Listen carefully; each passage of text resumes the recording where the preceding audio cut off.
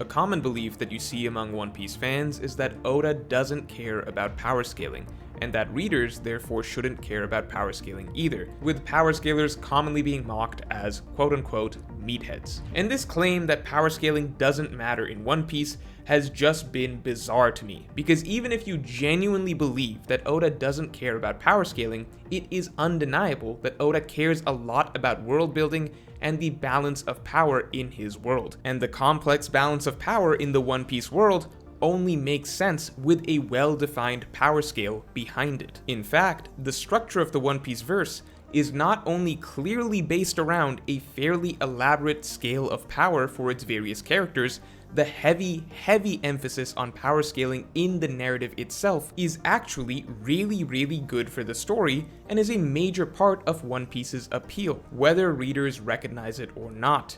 And today, we're going to be breaking down exactly why that is, and why it's getting to be more and more important the further we go in the series. But before we get into it, make sure to subscribe for more videos every week. So to begin with, there are two main reasons that many One Piece readers react so negatively to the idea of power scaling in the story. First of all, a lot of it comes from not wanting One Piece to be put into the same category as series like Dragon Ball Z, since at this point, the notion of power levels is considered archaic, outdated shonen writing that makes for rigid and uninteresting battles. Second, there is a section of the One Piece fanbase that absolutely obsesses over power scaling and who can beat who.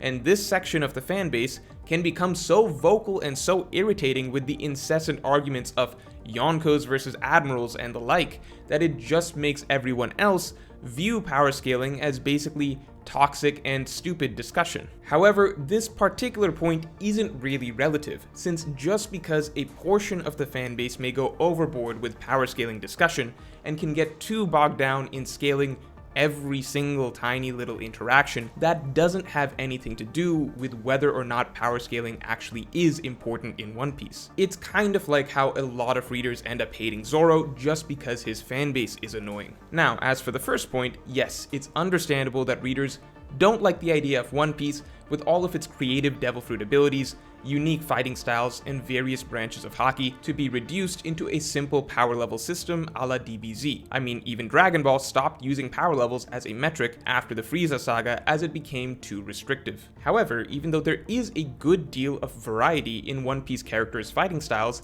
that doesn't mean there isn't still clearly a sliding scale of how strong characters are overall, and this sliding scale is extremely important to the structure of the One Piece world. Sure, it may not be exact power levels, but there are very obviously clear tiers of strength that are established throughout the story that characters fall into. For example, Oda very consistently has been giving the Yonko 3 commanders that are a clear cut above the rest. You can use this as an easy benchmark, since we have characters that don't belong in Yonko crews like Doflamingo that most readers initially believed was roughly comparable to Yonko commanders, and then based on Luffy's showings against Cracker and Katakuri in Whole Cake Island, it seems that assumption was reasonably correct. You have characters like Ashura Doji, Inuarashi, and Nekomamushi, who are all shown pretty explicitly to be about equal to one another, and similarly about equal to a commander like Jack. We see similar groups of important officers in Yonko crews that fall just beneath the top 3 commanders, like Kaido's Tobiropo or Big Mom's top veterans, and we can see very similar showings from these groups of characters. I don't want to get too technical with discussing exactly what tiers and sub-tiers exist,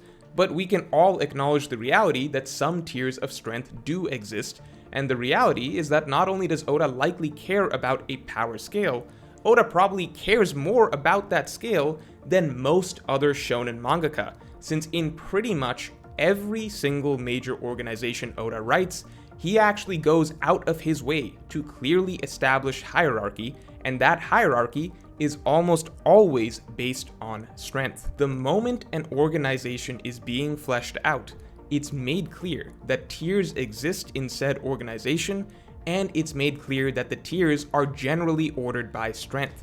Doflamingo sits on a level above his seats, which are a level above his top officers. Kaido sits above his calamities, who sit above his Tobiropo, who are above numbers and headliners and such. Big Mom has her suite commanders, her veterans composed of the eldest siblings, and then her various lower-ranking officers. The Marines' hierarchy is pretty much always based on strength from top to bottom, with only rare exceptions, such as Garp, who refused to take a promotion even though said promotion would have been based on his strength. Hell, Luffy's own Grand Fleet isn't exactly randomly ordered. It just so happens that Oda chose to have his strongest fighters conveniently take up the top divisions. So I really don't get where this notion that Oda doesn't care about power scaling comes from, as pretty much everywhere you look in the One Piece world, you have everything organized in tiers that are clearly based upon strength. This isn't exactly like Hunter x Hunter, where being a Zodiac doesn't necessarily mean you're that strong, or where having more or less stars doesn't necessarily indicate more or less strength. One Piece is very much about hierarchies. And again, that is essential for many aspects of One Piece's storytelling, which I will get to in a second. But just to really hammer in the point, let me just remind readers that literally almost any time a major new villain organization was introduced for the Straw Hats to face, Oda went out of his way to establish a very clear and defined ranking of strength for said organization, like even before we hit the New World, where we could easily see hierarchies with kings stronger than queens, stronger than Jack, stronger than Tobiropo, etc. Oda was already consistently doing this in the Grand Line. Baroque Works is literally ordered in threat from highest to lowest. Skypiea priests are ordered by percentages of survival. CP9 is ordered by Doriki. Oda f***ing loves ranking. And I have no idea how One Piece fans have deluded themselves into believing otherwise. In fact, I have a hard time thinking of any other modern-day running shonen mangaka that cares as consistently as Oda about making sure that the order of strength for any major enemy organization the protagonists face is pretty clearly established. Not to mention, it's not exactly just readers that are randomly hyping up how important power scaling is, it's Oda who's been going out of his way for decades to continually drop quotes about how crazy strong admirals are, or how crazy strong Yonko are, or how there are so many levels to the world that Luffy has to slowly climb up, etc, etc. We see that someone like Doflamingo is going to be terrified of the admirals and the Yonko because they are stronger than him. And then even though Luffy beats Doflamingo, Luffy makes it clear that he knows he can't beat an admiral yet. Quotes like these are extremely commonplace throughout One Piece. No matter how much you may personally hate the idea of power scaling, Oda does not hesitate to make clear that there are levels to this climb. If I had to guess, I think the two big reasons that may stand out as to why some readers believe that Oda may not care about power scaling that much are because sometimes we do get what readers think are strange or inconsistent feats, like should the Straw Hats have been able to get rid of Big Mom so casually when she's supposed to be this unstoppable force. And I think that's conflating the fact that Oda probably doesn't obsess about every single little interaction and to whether it's perfectly in line with the quote-unquote correct power scaling, the way that some of us do, with the idea that Oda doesn't care about power scaling in general. The reality is probably just that the man is having to juggle a million different things week to week, and sometimes some interactions will happen that may seem a little inconsistent to some of us just because the plot demands. But that doesn't negate the millions of other quotes and pieces of evidence that we get throughout the series that establish that generally the man does care a lot about the overall sense of hierarchy in the world, and clearly writes with hierarchies of strength in mind for nearly all casts of characters that he introduces. The other reason that some readers may feel that Oda doesn't care about power scaling is because Oda has left certain things ambiguous. For example, we came away from the Marineford War with so many arguments regarding who is stronger, Yonko or admirals, are they meant to be the same tier, or are admirals closer to Yonko commanders, etc. And it's true, for a good while, Oda didn't try to make things concrete and a lot was left open to interpretation. It seemed like the commanders could put up a fight against the admirals. It looked like the admirals could all give Whitebeard a run for his money. But it was also clear that Whitebeard was in extremely poor health, so it was difficult to use him as a measuring stick for other emperors, so on and so forth. But just because Oda started out by deliberately holding his cards close to his chest and choosing to leave certain things ambiguous at first, that's just because that's natural writing. That element of mystery and speculation is naturally fun for the reader early on in the story. That doesn't change the fact that the further we've gone on in One Piece and the closer we get to the definitive final battles, Oda has slowly been making more and more clear how the hierarchy of the world looks. It is undeniable that the further we go in the New World, we have more and more clear, consistent tiers of characters emerging, with characters that would fall just under quote-unquote Yonko commanders, then Yonko commander level characters themselves, and if there was any shadow of a doubt left, it is now undeniably clear as of chapter 1053 that admirals are definitely above Yonko commanders. And finally, we may be getting to a point where that last question mark may be cleared up, the final fan debate of what exactly the tippy top tier looks like. Are Yonko definitively above admirals overall, or are they all roughly about the same? I'm not gonna say that 1054 and Shanks scaring off Green Bull puts an end to that discussion, though it certainly makes Yonko look better overall, along with the fact that Green Bull seems to imply that he would never mess with Kaido himself, even though he clearly considers Kaido's crew to be basically no threat at all, as well as the fact that so far only Yonko like Whitebeard or Kaido have ever been referred to as the strongest in the world, and the fact that even as a child without a devil fruit, Big Mom was considered to easily have admiral potential and more. I don't know, a lot of things recently have been suggesting that we may soon get an answer to this age-old debate as well. It may not be a black and white answer, like maybe Oda establishes that, I don't know, Akainu as fleet admiral is just as strong as the Yonko. Who knows, but by the end of the story, I doubt we'll still have this Yonko versus admirals debate. Because yes, despite what power scaling haters may argue, the reality is Oda does care about power scaling. There are too many quotes and instances throughout the story to ignore to claim that he doesn't.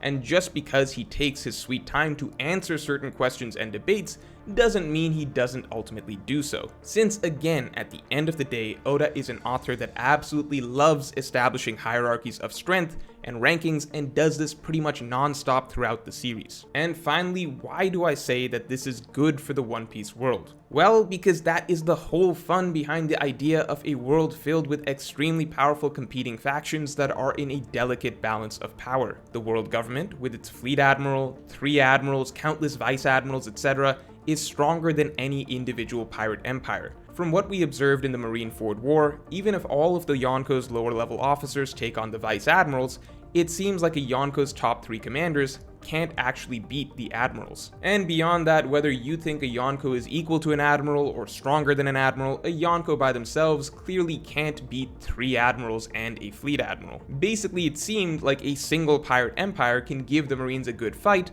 but ultimately they won't win. However, it's also clear that if 2 pirate empires teamed up against the Marines, then suddenly it's an entirely different conversation.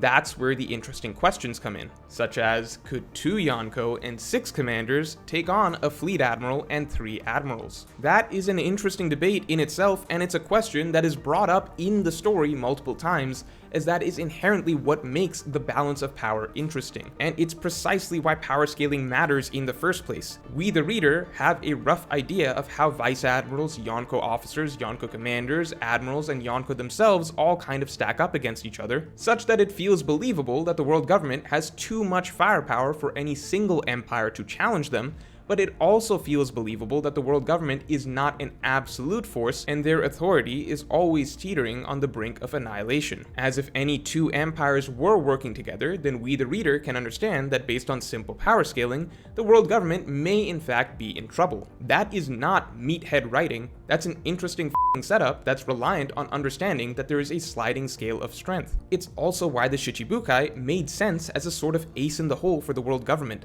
a trump card that they have that they can pull out to make sure that they have a dominant edge in any conflict. Since basic power scaling tells us the Shichibukai are kind of comparable to a Yonko crew themselves. Mihawk used to fight toe-to-toe with Shanks, and you have figures like Doflamingo, Kuma, and Hancock who many readers believe to be comparable to Yonko commanders. Power scaling basically tells us that the Shichibukai are a potentially huge trump card for the world government if they cooperate. And that's what makes the abolition of the Shichibukai such a game changer and important to the politics of the One Piece world. Basically, if you legitimately don't care about power scaling, or if you think Oda doesn't care about power scaling, then you basically think that Oda made a random mishmash of armies and superpowered characters, and he just said, there's a balance of power just because there is. Essentially, you're discrediting the amount of effort Oda clearly put into thinking out a setup where there are 4 competing forces with clearly comparable armies and soldiers that can be logically scaled against one another, such that overall these groups seem about even, and in turn these 4 competing forces can be compared to the much larger ruling force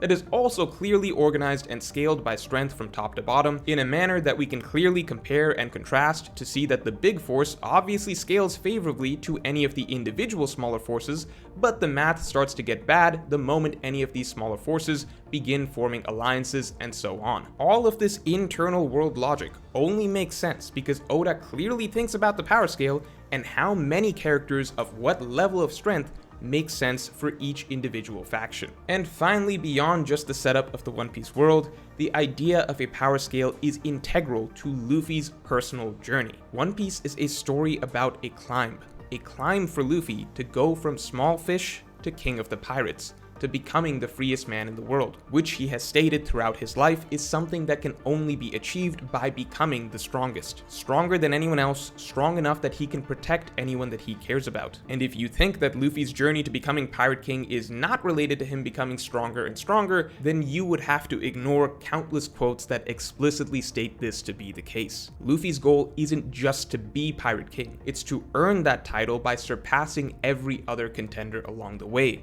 which is why repeatedly over and over his mantra has been that he will surpass everyone he faces. Essentially, the whole idea is that there very much is a scale in this world, a ladder with tiers and tiers of opponents, and only when Luffy climbs to the very top of that ladder will he have achieved his dream. That's why I find it hilarious that so many readers are so adamantly against power scaling when the very essence of the story is about climbing this very scale.